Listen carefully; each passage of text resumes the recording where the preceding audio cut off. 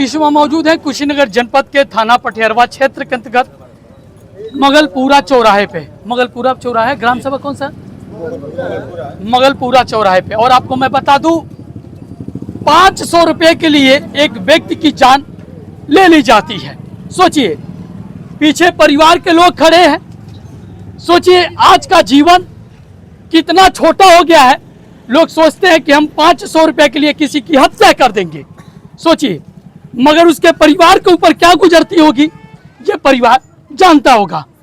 पीछे परिवार के लोग खड़े हैं, जो व्यक्ति हम लोगों के बीच नहीं है, और सोचिए उसके परिवार के लोग कैसे होंगे। मगर सवाल ये नहीं, सवाल ये है कि क्या वो 500 रुपया बड़ा था, क्या वो भाई बड़ा था। सवाल ये है। उनकी परिवार हम जानेंगे क्या वजह है 500 रुपये के लिए उस भाई की हत्या कर दी जाती है मार मार के। आइए हम बात करते हैं। क्या नाम है आपका?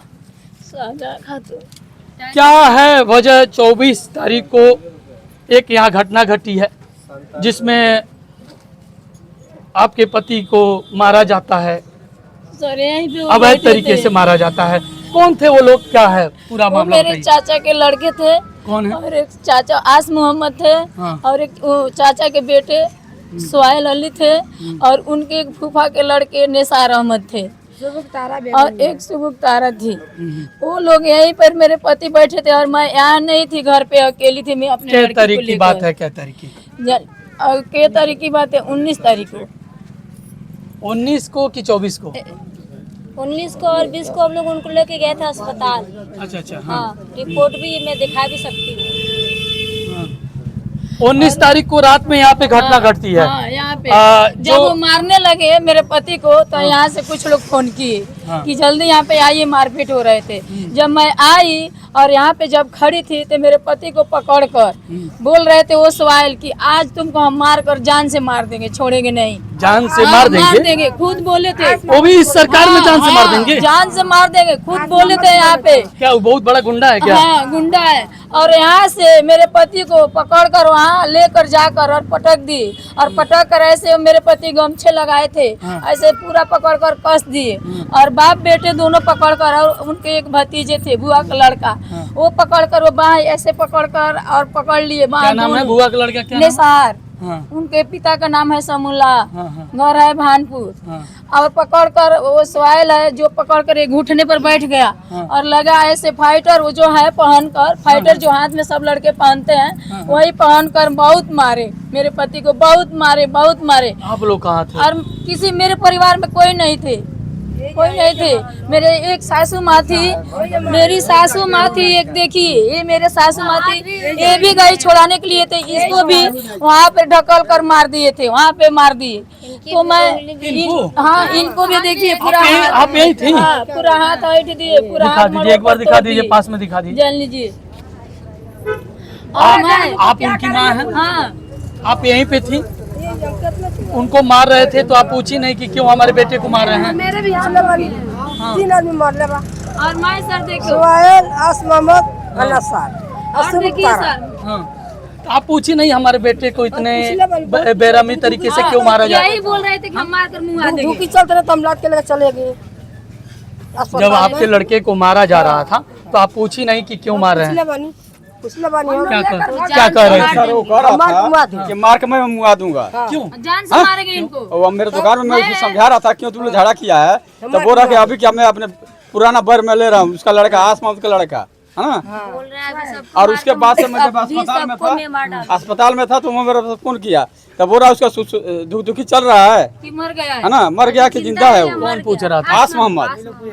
कहाँ के रहने वाला है? वही जो मारा है, जो मारा है वही है ना। और आप लोग यहाँ से कैसे जानकारी हुई? तो आप लोग हॉस्पिटल लेके भागे, कैसे जानकारी हुई? जैसे पुराना अस्पताल में जब भर्ती था लड़का, तो ये मेरे बहू है, ये रोने लगी।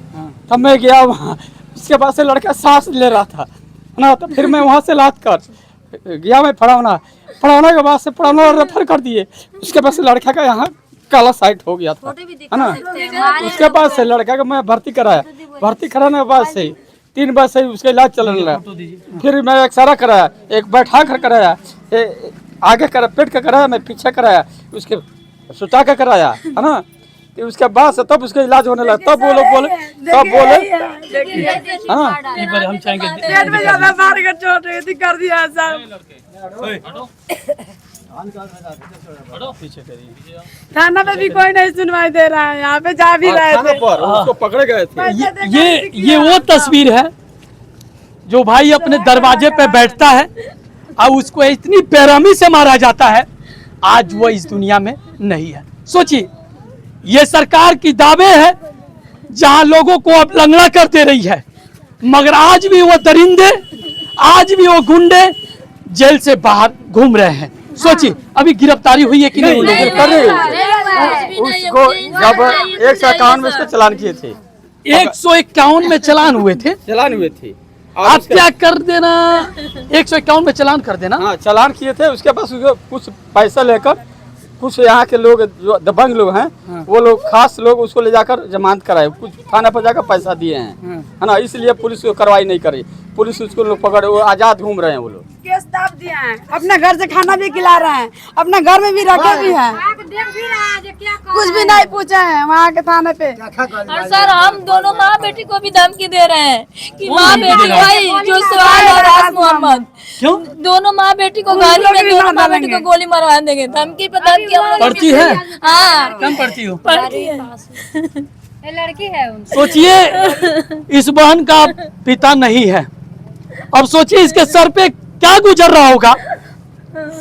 जो हत्या इसके बाप का किए, आज खुलेआम घूम रहे हैं और फिर से चुनौती दे रहे हैं कि हम पूरे परिवार को मार डालेंगे। सोचिए, अभी भी प्रशासन कह रही है कि कोई कार्रवाई हम नहीं करेंगे। सोचिए, प्रशासन खुलेआम कह रही है कि हम कोई कार्रवाई नहीं करेंगे जब तक मेडिकल की रिपोर्ट ना आ जाए। सोचिए, अगर छोटा सा एक गांव का गरीब किसान छोटी सी गलती कर दे तो प्रशासन उसको उठा के देवरिया भेज देती है, मगर इसके बाप को मारा गया। आज इस दुनिया में इसके बाप नहीं है। सोचिए इस बहन के ऊपर क्या गुजरता होगा। अभी भी पटेरवा के थाना के जो HSO महोदय हैं अभी भी गिरफ्तार नहीं किए हैं। सोचिए, कहीं ना कहीं पैसों की बात आती है, लालच आती है, इसलिए खुलेआम गुंडों को छोड़ लिया जाता है। और सर, क्या चाह रही है इसमें- प्रशासन से, क्या मांग है? सर क्या इसमें के जो दलाल है वो बोल रहे हैं कि ऐसे ऐसे केस हम लोग बहुत देखे हैं। दलाल है? हाँ, हम आप देख लोग लेंगे हम लोग। देख लेंगे हम लोग। दलाल इसमें कहाँ से आ जाएंगे? हाँ, इसमें दलाल लगे हैं, आस मोहम्मद और हमारा सुहाग कोई को नहीं कुछ छुड़ाने के करेगा, लिए। कार्रवाई हम इसमें नहीं कर दलाल पाएंगे, लगे हैं कुछ सब। भी नहीं होगा। बोल रहे हैं इसमें के दलाल की कोई क्या कर लेगा। आप जो लोग हम लोग जो 6 छुपा महीने कर पहले रखे हमारे अब्बू को मार कर वो उठाया गया है, पूरा कट गया, तभी हम लोग कुछ कहा नहीं है। क्या आपके अब्बू भी इसी तरह मार? हाँ, अब्बू को भी मारा है वो। वही लोग 6 मेरे महीने अब्बू को पहले भी मारे अब्बू को भी मारा हैं, है। यही लोग मेरे अब्बू को यहीं पर मारे हैं। मेरे अब्बू ये को। दूसरा घटना है हाँ, क्या? ये दूसरा, ये मेरे घर में तीसरा घटना अभी भी हो कोई चुका है। FIR नहीं? नहीं, मेरे ससुर को भी हम लोग एप्लीकेशन दिए थे, ऐसे साहब कुछ नहीं किए। हस्बैंड को मार डाले हैं जान लीजिए। क्या बात कर बम्बे रहे में। हैं? हाँ, वो भी अनाथ है, उसे वही एक लड़का है 1.5 साल का। क्या बात कर रहे हैं?